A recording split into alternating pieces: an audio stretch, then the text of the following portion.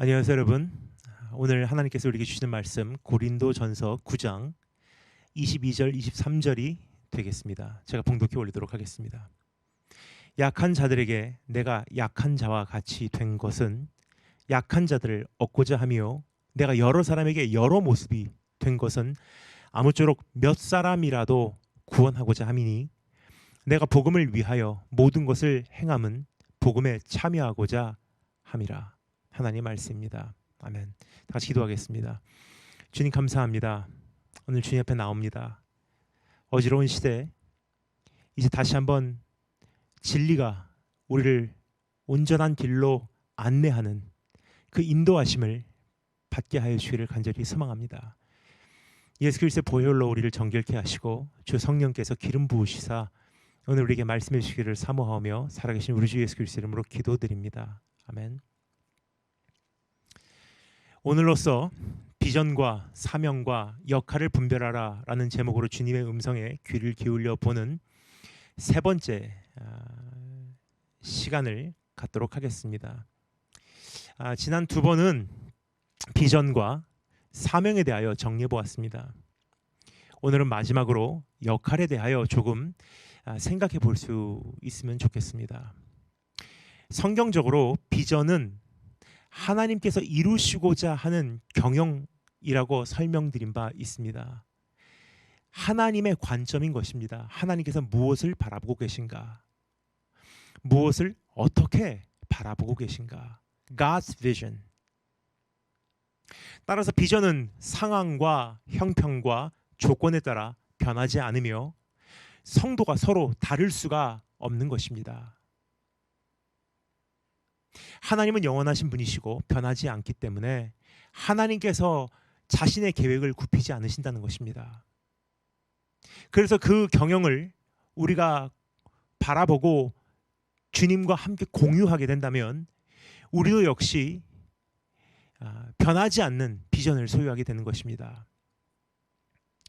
사명은 하나님의 비전을 우리가 마음에 품었을 때 우리 안에 형성되는 인생의 목표와 존재 이유와 삶의 방향성이라고 이해하시면 되겠습니다.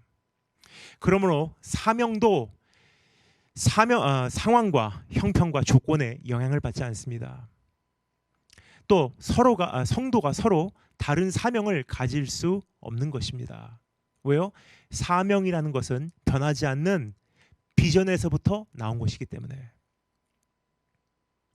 우리는 선교사나 목사나 평신도나 모두 복음을 증거하여야 하는 사명을 가지고 있습니다.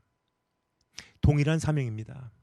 우리는 남자나 여자나 어른이나 어린 아이나 주의 몸된 교회를 섬겨야 하는 동일한 사명을 가지고 있는 것입니다. 단지 역할이 다를 뿐입니다. 역할은 사람에 따라 다릅니다. 한 개인이 소유하고 있는 특징, 은사, 재능 등등에 따라 다를 수 있습니다. 그리고 성별, 나이, 삶의 배경에 따라 다를 수 있는 것입니다. 이뿐 아니라 역할은 시대와 현장에 따라 바뀝니다. 한 시대에 걸쳐 충실히 감당했던 역할이 그 다음 시대에서는 무용지물이 될 수 있기에 신속히 역할을 바꿔 나가야 하는 것입니다. 혹은 한 지역에서 수행했던 역할을 다른 지역으로 옮겨가며 내려놓아야 할 수도 있다는 것을 말씀드리고 싶습니다. 그래서 비전과 사명은 변하지 않지만 역할은 바뀔 수도 있으며 절대 바뀌어야 한다는 사실을 강조하여 말씀드리고 싶습니다. 여러분, 역할은 이렇게 변합니다. 역할은 변할 수밖에 없는 것입니다. 변하여야 하는 것입니다. 만약 더 이상 아무런 영향력도 발휘하지 못하는 역할이 되었음에도 불구하고 그 역할을 고집한다면 하나님 나라에 무슨 도움이 되겠습니까?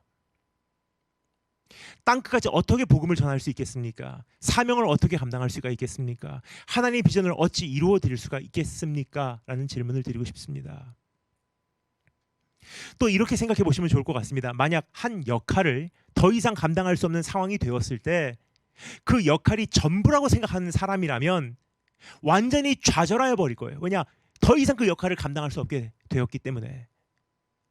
예를 들어서 찬양하는 것이 자기의 그 역할이 아니라 절대로 변할 수 없는 자기 어떠한 인생의 그 사명이라고 착각을 한다면요, 더 이상 찬양을 부를 수 없는 한계에 도달하면 목소리를 낼 수 없는 수술을 받거나 어떤 건강적 문제로 인하여 내가 더 이상 외칠 수 없게 되거나 어떠한 사회의 핍박, 제도 때문에 제재를 받게 되면요, 장애를 경험하기 시작하는 거예요. 나는 이제 쓸모없는 사람이야. 지금 제가 말씀드리는 이러한 것은요, 지난 15년간 여러 선교지에서 제가 직접 목격한 실제 상황입니다. 어느 나라인지는 말씀드리지 않겠지만 아마 그 아주 오래전에 제가 그 어느 선교지 중동에 있는 한 국가를 방문하게 되었습니다. 근데 그 국가는 그곳에 계신 선교사님께 그 이제 많은 굉장히 큰 세금을 때렸어요. 왜냐하면 거기는 선교사의 이름으로는 들어갈 수 없는 곳이기에 그 선교사님이 그 사업을 하셨습니다. 그래서 사업자 비자를 가지고 그 땅에 체류하고 계셨던 것입니다. 그런데 이제 국가 쪽에서도 그분이 선교사인 거를 거의 대충 알고 있었던 것 같아요.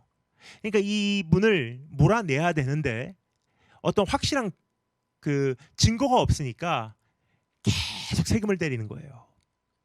처음에는 아파트를 팔고, 처음에는 한국에 들어와서 잠시 있으려고 했었던 어떠한 처소를 팔고, 모아놨던 돈을 팔고, 돈을 털고,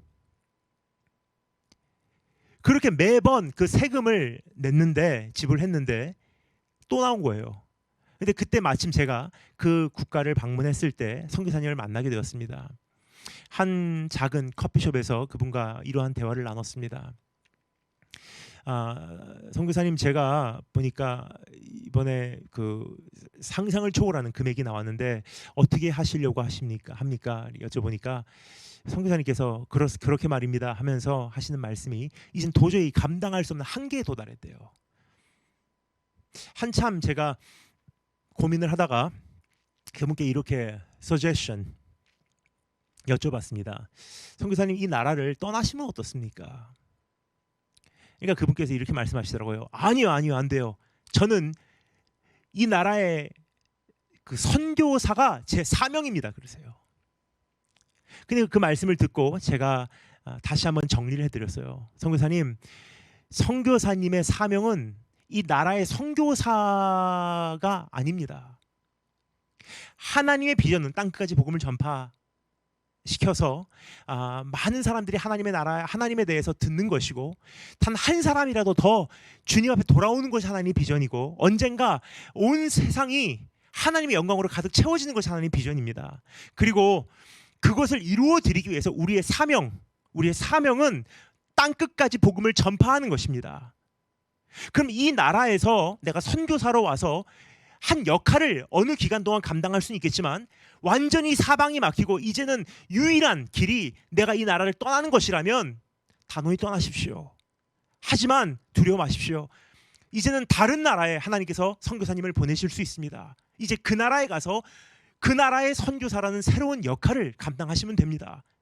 분명한 것은 선교사님의 사명에는 흔들림이 없습니다. 근데 그 선교사님께서 너무나 기뻐하시는 거예요. 자유케 됐대요, 마음이. 그리고 이제 헤어졌는데 그때부터 약 한 달, 2달 후에 갑자기 한국에서 연락이 왔어요. 한국에 연락이 왔습니다. 한국에 있는데 연락이 와서 전화를 받으니까 다니엘 킴 선교사님 반갑습니다. 선교사님 어떻게 오셨어요? 다 정리하고 나왔습니다. 그럼 이제 어떻게 하시려고요? 제가 여쭤봤어요. 그 선교사님께서 이렇게 말씀하시더라고요. 이제는 제가 선교사님 말씀하신 대로 이제는 그 나라의 선교사로서의 역할이 아니라 이제는 또 다른 나라로 하나님께서 나를 보내신다면 그 나라의 선교사로 파송될 그러한 새로운 역할을 기도로 준비하고 있습니다. 그리고 만약 안 보내신다고 하여도 저는 우리나라에서 또 새로운 역할을 감당하겠습니다. 하지만 분명한 것은 땅끝까지 복음을 전파하겠다는 그래서 주님의 비전을 이루어드리는 제 사명에는 전혀 변함이 없습니다. 자유로워지더라고요. 어제 저는 참 제가 존경하는 한 선교사님, 이전에 유명한 찬양 사역자로 유명한 선교사님을 뵀습니다. 이광희 선교사님이세요. 여러분 다 잘 아시는 분이십니다.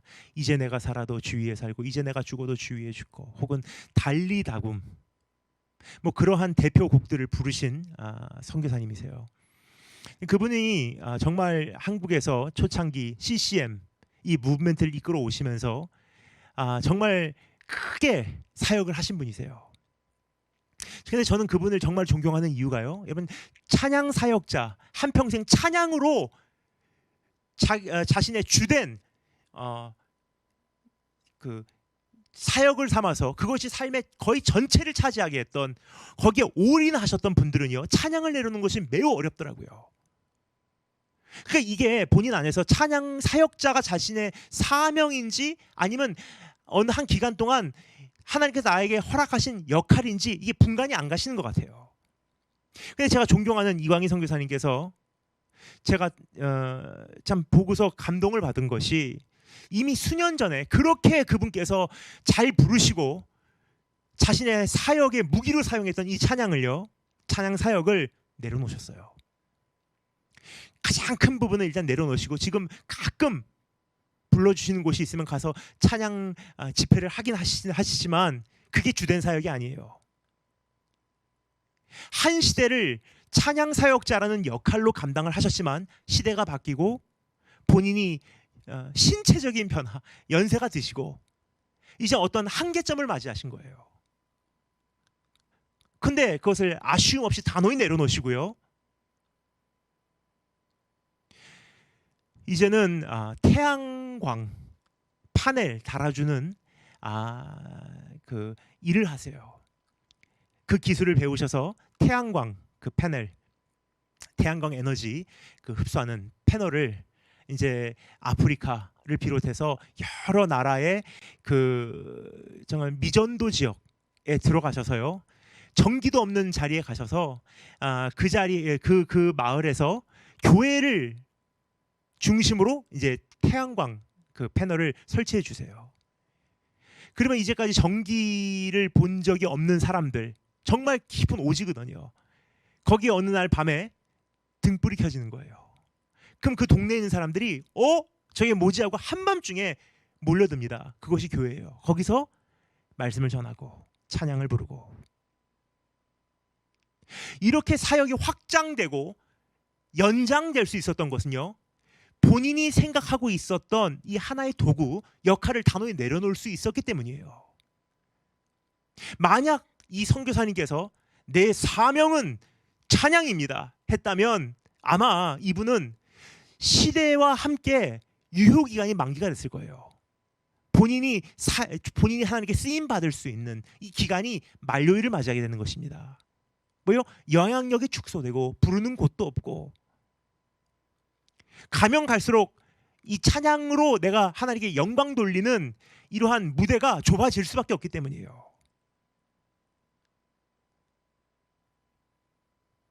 여러분, 여러분의 역할은 무엇입니까? 더 나아가서 여러분이 정말 이루고자 하는 여러분의 변하지 않는 하나님께서 허락하신 그 사명은 무엇인지 분명하게 깨닫고 계신지요? 그렇습니다. 역할은 변해도 비전과 사명은 절대 변하지 않는 것입니다. 이것에 대하여 사도 바울은 오늘 본문 말씀에서 다음과 같이 말하죠. 약한 자들에게 내가 약한 자와 같이 된 것은 약한 자들을 얻고자 하며, 내가 여러 사람에게 여러 모습이 된 것은 아무쪼록 몇 사람이라도 구원하고자 함이니, 여러 가지 역할을 벗고 입고 취하고 내려놓고 취하고 내려놓을 수 있다는 뜻이에요. 왜요? 내가 복음을 위하여 사명, 모든 것을 행하면 복음에 참여하고자 함이라. 사도 바울의 사명은 분명했어요. 땅끝까지 복음을 전파하는 것. 그것을 이루기 위해서는요, 어떠한 역할도 취할 수 있고 어떠한 역할도 내가 단호하게 내려놓을 수 있다는 거예요. 복음을 위하여, 비전과 사명을 위하여, 한 사람이라도 그리스도의 구원으로 안내하기 위하여, be all things for all people, 모든 사람에게 다가가기 위하여 모든 모습을 다 갖출 수 있다는 뜻입니다. 어떠한 모습이라도. 저도 그렇습니다. 저는 내일이 두렵지 않습니다. 만약 강단 위에서 더 이상 말씀을 선포하지 못하게 되면요, 강단 아래에서 제자 훈련에 더 많은 시간을 활용할 수 있게 되기에 내일 어떠한 일이 일어나는지도 전 두렵지 않습니다. 만약 한국에서 사역을 못하게 돼도 괜찮아요. 어차피 수년 안에 일본으로 돌아가 생애를 마칠 때까지 선교할 계획이 있기 때문에 일본으로 가버리면 그만이에요. 만약 장애가 생긴다고 하여도 괜찮습니다. 힘들겠지만 또 다른 형태로 복음을 증거하는 방법을 고민하고 연구하고 발견할 것이 분명하기 때문이에요. 해로 나갈 선교비가 끊어져도 괜찮아요. 없으면 허리띠 졸라매고 주님께서 선교비 주셔서 언젠가 다른 곳에 나를 다시 보내실 때까지 국내에서 최선을 다하면 되기 때문입니다. 결국 해외를 못 나가고 제 인생이 끝나도 괜찮아요. 여기가 주님께서 나에게 허락해 주신 자리라는 것이 더 명확하게 증명되었을 뿐이니까. 저는 주님 다시 오실 그 길을 예비할 수만 있다면 어떠한 자격도 명예도 재물도 세상적인 성공의 기회도 내려놓을 수 있습니다. 반대로 복음을 땅끝까지 전파하여 아버지 하나님의 비전을 이루어 드릴 수만 있다면 저는 그 어떠한 사역도 취할 수 있습니다. 사역의 형태적인 면에서 제가 내려놓지 못하는 것은 단 한 가지도 없습니다. 저는 주님의 비전을 이루어 드리고 사명을 감당하기를 간절히 원하고 있습니다. 그래서 오늘 이 순간에는요, 다니엘 김 선교사라고 하는 역할로 강단에 서서 이렇게 말씀을 전하는 형태로 하나님 나라의 그 비전을 이루어 드리기를 원하지만, 언젠가 이것도 못하는 날이 오게 되면요, 신중하게 고민해서 나의 영향력을 어떻게 하면 발휘할 수 있을까를 생각한 후 또 다른 모습으로 주님을 섬겨갈 것입니다. 언제까지? 주님 다시 오시는 그날까지, 아니면 주님께서 나를 부르시는 그날까지. 여러분은 비전과 사명과 역할 사이에서 헤매이고 계시진 않으신지, 역할이 사명인 줄 알고 사명이 역할이라고 혹시 이것을 혼돈하고 계시진 않으신지, 꼭 해야 하는 것은 잠시 보류해 놓고 오히려 내려놓아도 되는 것을 위하여 신앙에 열심을 내고 계시진 않으신지요.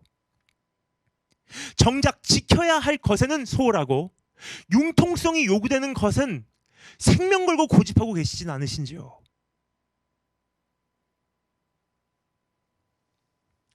그럼 어떠한 역할을 감당하여야 하는지 어떻게 알 수 있을까요? 그러면 이 역할이라는 것은 바뀔 수 있는데, 그러면 나는 지금 허락된 이 자리, 이 순간에 어떠한 역할을 감당해야 할까? 맥스 첫 번째 시간에 잠시 나누었습니다. 하지만 오늘 다시 한 번 더 말씀드리기를 원합니다. 우리는 우리의 영향력을 최대한 극대화할 수 있는 역할을 선택해야 하는 것입니다. 너는 세월을 아끼라. Make the best use of your time. Make the best use of your resources. 너의 갖고 있는 이 시간과 자원을 극대화해서 사용하라는 거예요. 왜요? 때가 악하니라. 그러므로 어리석은 자가 되지 말고 오직 주의 뜻이 무엇인가 이해하라. 주의 뜻이 뭐라고요? 비전. 그 비전을 이해하면 내 안에 사명이 생기게 되는 거예요. 그 비전을 이루어 드리기 위한 인생의 방향성. 그러면 이제 이것을 어떻게 활용해야 될지, 어떻게 내 갖고 있는 자원을 활용해서 그 주님의 뜻을 이루어 드릴 수가 있는지 고민에 들어가는 거예요. 그래서 그 고민 끝에 역할이 탄생이 되는 거예요. 이러한 세월의 흐름과 세상의 변화와 사회의 요동침 안에서 끊임없이 지속적으로 자신의 영향력을 점검해 나가야 하는 것입니다. 어제까지는 이 역할이 통했는데 이제부터의 시대에 이 역할이 통할런지,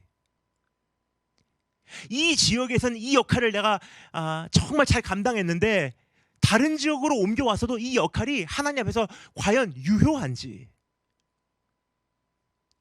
영향력을 평가하는 기준은 우리가 하나님의 비전을 얼만큼 잘 이루어드리고 있는가에 있다는 사실을 기억하기 원합니다.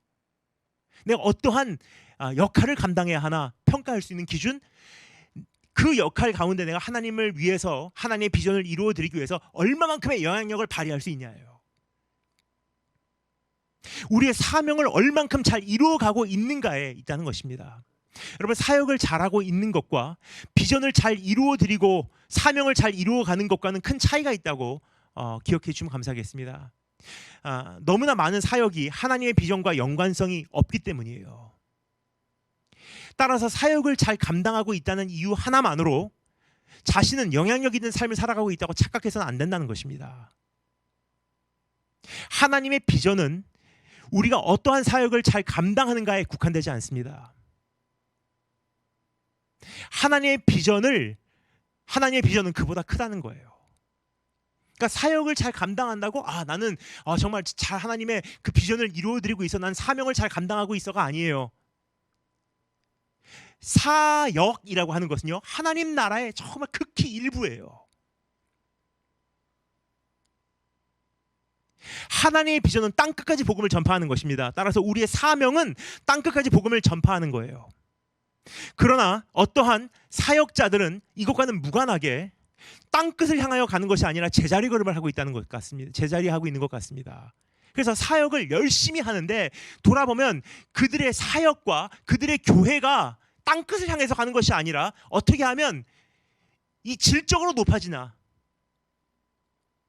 여러분, 질이 아무리 높아져도요,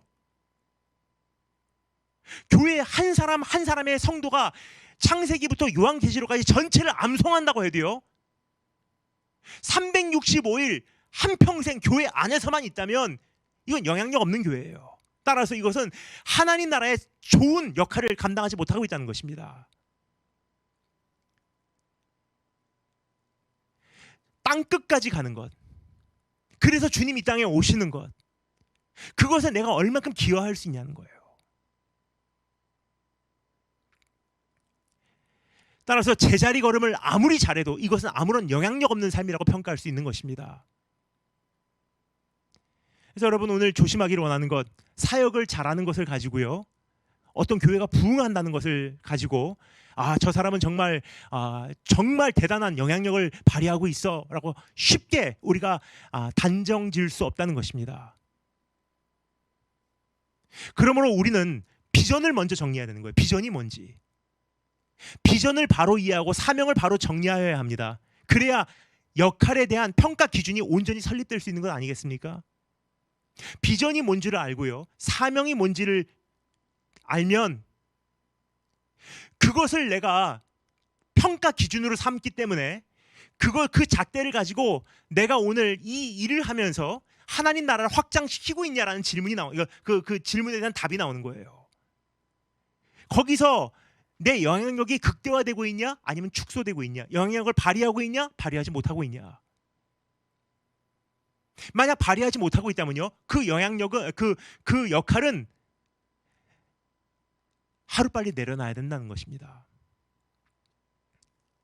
온전한 평가 기준이 구축되었을 때 비로소 정확한 역할을 분별하여 찾아갈 수 있게 되는 것이기 때문입니다. 그럼 비전과 사명이라는 온전한 평가 기준으로 잣대질을 해볼 때 우리는 다음과 같은 세 가지 가이드라인을 사용하면 내 역할을 찾아가는 데 도움이 될 것 같습니다. 비전이 설립이 되어 정말로 땅끝까지 복음이 전파되어서 하나님께서 이 땅을 주의 영광으로 채워내는 하나님의 경영. 그러면 나의 사명은 무엇입니까? 그것을 이루어드리기 위하여 땅까지 복음을 전파해야 하는 것. 그럼 그것을 평가 기준으로 삼을 때 나는 어떠한 역할을 맡아야 할까? 첫 번째 가이드라인, 얼마나 넓게 복음을 유통할 수 있는 자리인가를 생각하면 돼요. 내가 그 자리에 들어감으로, 내가 그 역할을 맡게 되므로 내가 얼만큼 넓게 이 복음을 전파할 수 있냐는 질문이에요. 단순히 그냥 한 지역의 한 그 공동체에 묶여서 살아가는 것도 귀합니다. 그러나 언젠가는 땅끝을 향해서 가야 되지 않겠습니까? 누군가는 보내야 되지 않겠습니까? 그게 아니면요, 계속 제자리 걸음하고 있는 거예요. 내가 아무리 여기서 성경 공부를 열심히 해도요, 주님 다시 오시는 것과는 연관이 없다는 거예요. 주님 다시 오시는 것과 직접적인 연관이 있는 것은 딱 한 가지예요. 땅 끝까지 복음이 전파되는 것. 그래서 얼마나 넓게 내가 복음을 전할 수 있는 틀을 가지고 있냐가 매우 중요한 것입니다. 여러 강단에서 저를 불러주세요. 이런 교회, 저런 교회, 보수적인 교회, 좀 진보적인 교회, 열린 교회, 닫힌 교회, 오래된 교단, 새로운 교단, 청소년 집회, 청년 집회, 장년들 집회, 전교인 집회, 군부대, 연예인, 그리고 어떠한 그 회사 신우회, 굉장히 많은 곳에서 저를 불러주시는데, 저는 그 사역을 어디를 갈까? 다 갈 수는 없잖아요. 그럼 어디를 갈까 했을 때 굉장히 신중하게 고민을 해요. 10개의 opportunities, 10번의 설교할 수 있는 기회가 동시에 들어온다고 한번 가정해 보겠습니다. 그러면요, 어디를 선택하냐?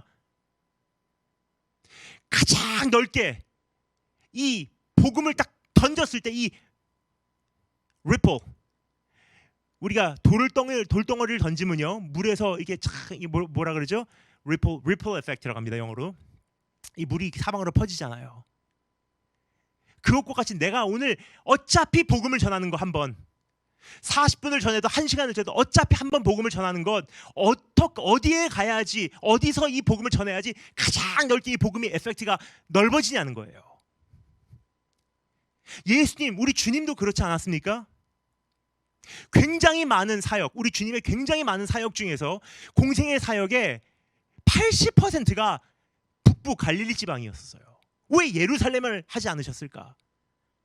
당시, 지금도 마찬가지지만 당시 더욱더 종교의 기득권의 중심은 예루살렘이에요. 근데 우리 주님의 사역의 80% 이상이요, 예루살렘이 아니라 북부 갈릴리, 이방인들과 함께 섞여 사는 지역이에요. 왜 그랬습니까? 어차피 한 번 정해진 똑같은 시간이에요. 이렇게 해도 예루살렘에서 섬기고 이렇게 해도 갈릴리에 섬기는 정해진 시간, 정해진 기력, 할 수 있는 일은 딱 한정이 돼 있어요. 갖고 있는 이 자원은 정해져 있다는 거예요. 그럼 이것을 어떻게 활용할까? 어디다가 복음을 한 번 전해도 제대로 던질 수 있을까? 근데 갈릴리 지역에서 던지잖아요. 레바논으로 올라가고 시리아로 넘어가고 지중해로 나가고 지중해를 통해서 온 세계로 나가고 예루살렘까지 내려오고 이방인, 로마인 다 섞여 사는 갈릴리 지방에서 복음을 외치면요, 땅 끝까지 가거든요. 우리가 집에 와이파이 라우터를 설치할 때도요, 가장 그냥 구석에다가 장롱 안에다가 설치하지 않습니다. 어떻게 하여야 한 번을 설치해도 이 와이파이 라우터를 통해서 유통되는 이 전파가 가장 구석구석, 가장 고루고루 사방으로 유통될 수 있을까를 계산하고요, 가장 중심에다가 우리가 설치하지 않습니까? 근데 어떤 강단에서 제가 말씀을 전하잖아요. 다른 강단에서는 저를 안 부를 수가 있어요. 또 어떤 강단에서 말씀을 전하면요, 다른 교회에서는 저를 안 부를 수가 있어요. 그러면 제 사역은 축소가 되는 거예요. 근데 제 사역에 제가 욕심이 있어서가 아니에요. 전 욕심 없습니다. 왜냐, 당장 내려놓고 일본으로 들어가면 그만이거든요. 근데 왜 제가 여기까지 신중하게 생각하냐? 내가 한 번 사역을 해도 한 번 사역하는 것과 하나님 나라와 연관이 있기 때문에. 그러면 오늘 내가 집회를 가서 말씀을 전하는 이 강단을 선택할 때 한 번을 선택해도 바로 선택해야 되는 거예요. 어느 강단에 서면 진짜 보수적인 교단에서는 저를 안 부를 수가 있어요. 그럼 어떻게 합니까? 누가 가서 그들에게 복음 전하겠습니까? 어느 단체에 가서 제가 말씀을 전하면요, 또 어떤 단체에서는 절대로 저를 부르지 않아요. 어떤 한 부류의 크리스찬으로 보기 때문에. 그래서 어떠한 색깔이 저에게 입혀지는 것을 저는 원치 않습니다. 그래서 색깔이 없이 어느 곳에서도 서서 본질, 복음만 외칠 수 있는 자리에 내가 설 수만 있다면 얼마나 좋을까 하는 그러한 바램과 그러한 자세로 지금까지 달려왔어요. 그러다 보니까 사역의 장벽이 없어지더라고요. 그래서 우리가 물어보기로 합니다. 얼마나 넓게 복음을 유통할 수 있는가. 내가 어떠한 역할을 취했을 때 이렇게 되면은 반쪽은 내가 더 이상 다가갈 수 없는 대상이 될 수 있다는 거예요. 내가 어떠한 자리, 어떠한 역할을 맡았을 때 나를 통해서 복음이 얼만큼 넓게 전파될까를 생각해 주면 좋을 것 같습니다. 그게 한 가지 가이드라인이고요. 동시에 또 우리가 기억해야 되는 것이 있어요. 얼마나 길게 복음을 전할 수 있을까. 한 시대에 번쩍하는 게 아니라 다 세대적으로 10년이 지나고 20년이 지나고 30년이 지나고 40년이 지나도 묵묵히 그 자리에서 갈 수 있는 그 체계로 가냐는 거예요. 왜요? 주님 다시 오시는 그날까지 우리가 섬겨야 되지 않겠습니까? 단명해버리면 아무 소용없다는 거예요. 정말 그 교회가 힘이 있을 때 마음껏 사역하고 끝나는 게 아니라는 거예요. 좋을 때도 있지만 핍박의 때도 있고 풍성할 때도 있지만 가뭄도 다가오고 어떠한 때든지 변하지 않고 꾸준히 주님을 섬겨갈 수 있는, 언제까지? 주님 다시 오시는 그날까지. 근데 안타까운 것은요, 수많은 사역자들이 마음껏 예배 드릴 수 있을 때 주님을 찬양합니다 하고 예배해요. 근데 갑자기 핍박이 오잖아요. 생매장 돼버리는 거예요. 왜요? 이미 노출돼 버렸기 때문에. 너무 많이, 너무 큰 소리 쳤기 때문에. 그래서 정말 조심해야 되는 거예요. 하나님, 내가 오늘 번쩍하고 끝나는 일이 아니라 아무리 자극적인 메시지도 그렇게 못 전하는 거예요. 왜요? 번쩍하고 책임 못 지면 두 번 다시 부르지 않거든요. 오늘도 내일도 내년에도 10년 후에도 오랫동안 내가 내 생명 다하는 마지막 순간까지 난 주님을 섬기기를 원합니다. 길게 사역하는 거예요. 마지막 세 번째, 얼마나 깊게 복음을 전달할 수 있는가라는 질문입니다. 얼마나 깊게. 공개된 자리뿐만 아니라 비공개,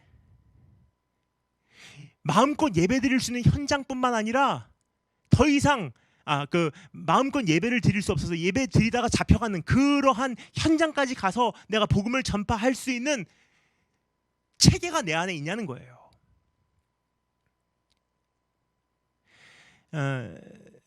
제가 지금까지 어떠한 일을 하고 어떠한 일을 하지 않고, 이건 하고 이건 안 하고, 이것은 취하고 이건 내려놓고, 어떠한 자리에는 서고 어떠한 자리에는 서지 않고를 가려오는 기준이 이 세 가지예요.